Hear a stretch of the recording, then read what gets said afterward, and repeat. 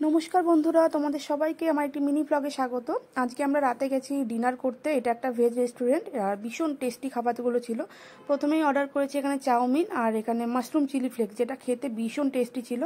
আর দেখো, মেয়েকে অল্প করে খেতে দিলাম।